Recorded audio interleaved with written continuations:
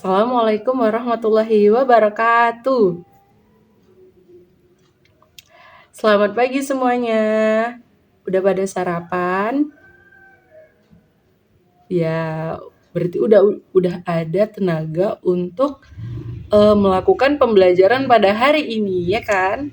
Baik, kalau kayak gitu, karena semuanya udah pada semangat, semua udah pada tidak sabar untuk materi pembelajaran hari ini. Hari ini saya akan memulai aja, ya kan? Untuk melanjutkan pembelajaran untuk melanjutkan pembelajaran hari ini, lebih baik gimana ya kalau misalnya Ibu tanya kalian tentang materi pembelajaran yang sebelumnya. Apa materi pembelajaran yang sebelumnya?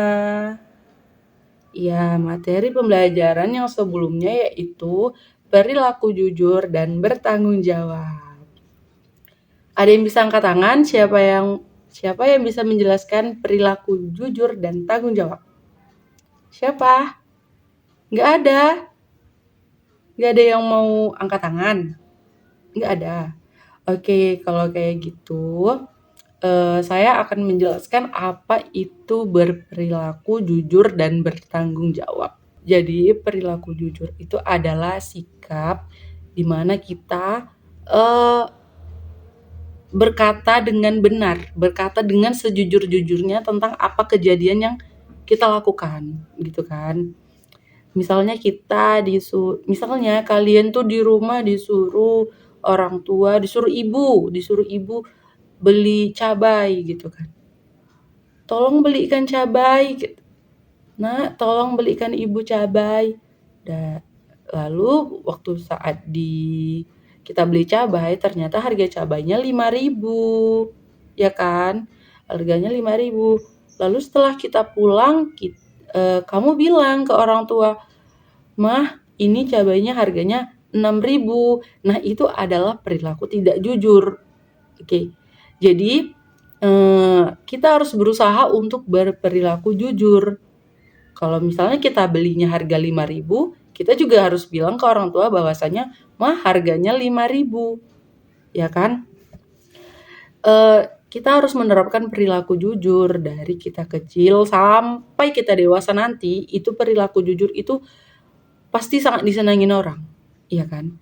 Contohnya gini, dengan kita berperilaku jujur, orang percaya sama kita, orang yakin sama kita, orang percaya kalau misalnya kita itu orang yang jujur.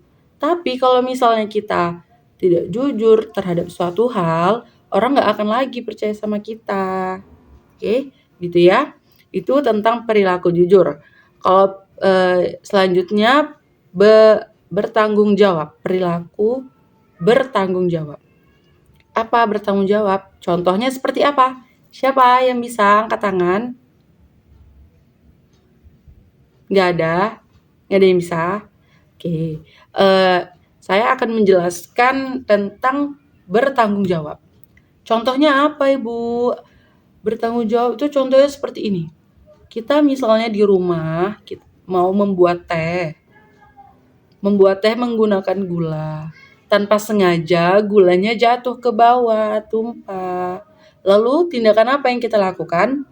Kita membersihkannya atau meninggalkan gula tersebut dalam keadaan berserakan di bawah.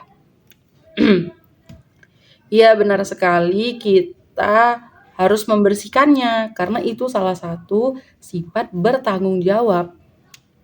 Ya kan? Jika kita memiliki sifat bertanggung jawab, orang-orang akan lebih yakin terhadap kinerja kita. Oke? Jadi intinya itu perilaku jujur dan bertanggung jawab itu sangat penting dalam kehidupan sehari-hari, di dalam dunia pendidikan, dan di dalam dunia pekerjaan. Oke? Udah jelas anak-anak? Udah pada paham tentang perilaku jujur dan bertanggung jawab, udah jelas? Oke, kalau misalnya semua udah jelas, Ibu akan melanjutkan materi selanjutnya. Apa materi selanjutnya? Kalian buka bukunya halaman 58, buku LKS ya. Buka halaman 58 tentang pengertian bersuci dan alat bersuci. Ada di situ? Ada? Nah, sebelum memulai pembelajaran, Ibu mau tanya, apa itu bersuci? Siapa yang tahu apa itu bersuci? Ayo. Nggak ada yang tahu. Karena nggak ada yang tahu, jadi Ibu jelaskan bersuci itu adalah salah satu bersuci itu adalah membersihkan diri dari kotoran. Kotoran yang tidak terlihat maupun yang terlihat. Hadas kecil maupun hadas yang besar. Oke? Paham dari situ? Apa tujuannya untuk bersuci? Agar kita lebih menjaga kebersihan kita, agar kita agar kita ibadahnya itu diterima oleh Allah gitu. Jadi misalnya kita mau sholat, nah kita harus bersuci dulu, kita harus membersihkan diri kita dari hadas kecil maupun hadas besar. Benar sekali, di sini kan udah tertulis di situ bersuci membersihkan diri dari kotoran, baik kotoran yang berwujud maupun tidak berwujud. Yang menyebabkan tidak sahnya ibadah sholat. Bukan sholat aja ya, di sini maksudnya ibadah. Semua ibadah, oke? Jadi, apa hukum bersuci ini? Nah, benar sekali, hukum bersuci ini adalah wajib. Jika kita mau sholat, kita harus bersuci dahulu. Ya kan? Kita harus membersihkan diri kita dari kotoran, najis, hadas kecil, dan hadas besar.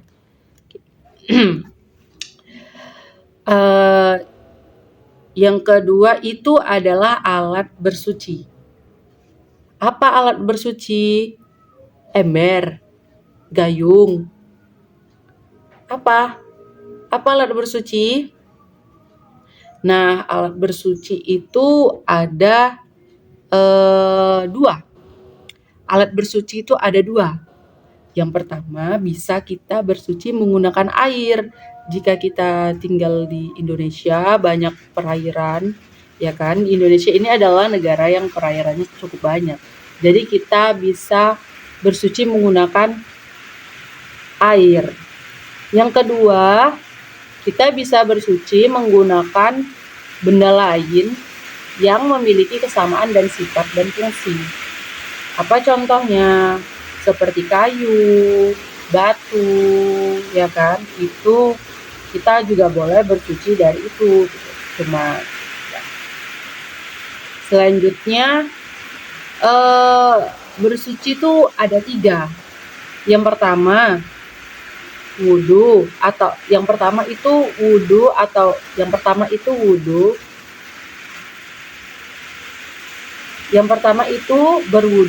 atau mandi. Yang kedua tayamum, yang ketiga yaitu istijmar. Oke? Pertama, kita bahas satu-satu. Wudhu. Wudhu itu bisa menggunakan air apa aja, asal air tersebut tidak terkena najis. Kita bisa menggunakan mata air, kita bisa menggunakan embun, kita bisa menggunakan salju, dan bahkan kita bisa menggunakan air jam-jam.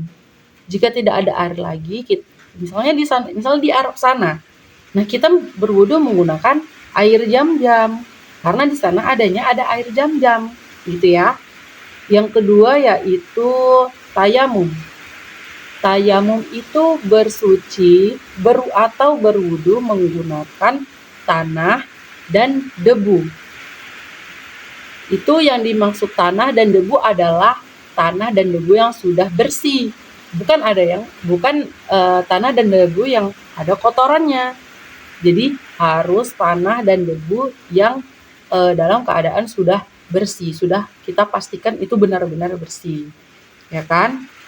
Oke, yang ketiga yaitu istijmar. Istijmar itu ya bersuci menggunakan benda padat, yaitu seperti tadi yang sudah Ibu bilang, tisu, kayu, dan batu. Ya kan? Nah, di situ sudah tertera semuanya. Jadi alat bersuci itu ada 3, apa aja? Ya, wudhu, tayamum, ya satu lagi istijmar. Oke. Sampai sini paham pelajaran hari ini? Untuk hari ini pelajaran kita sedikit aja ya kan, biar kita lebih semangat lagi untuk belajarnya, lebih semangat lagi.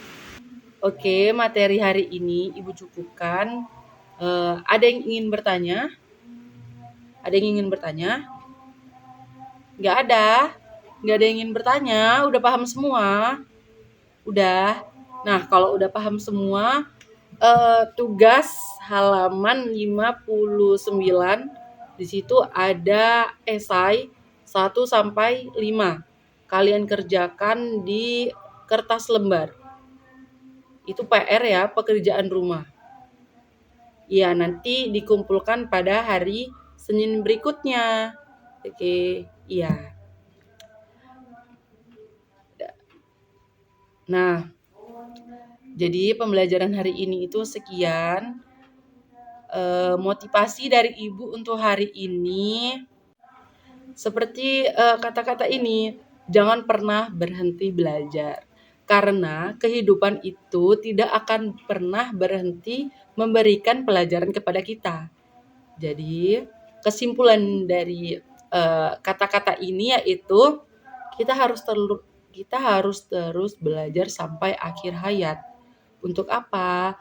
Untuk bekal ilmu di dunia dan ilmu di akhirat. Untuk bekal kita di akhirat nanti, untuk bekal kita di dunia gitu ya. Oke. Karena semuanya udah pada ngantuk, udah pada lapar ya kan. Udah mau jam istirahat. Jadi kita cukupkan materi hari ini. Baca doanya. Subhanakallahumma wa bihamdika asyhadu an la ilaha illa anta astaghfiruka wa atubu ilaik. Wassalamualaikum warahmatullahi wabarakatuh.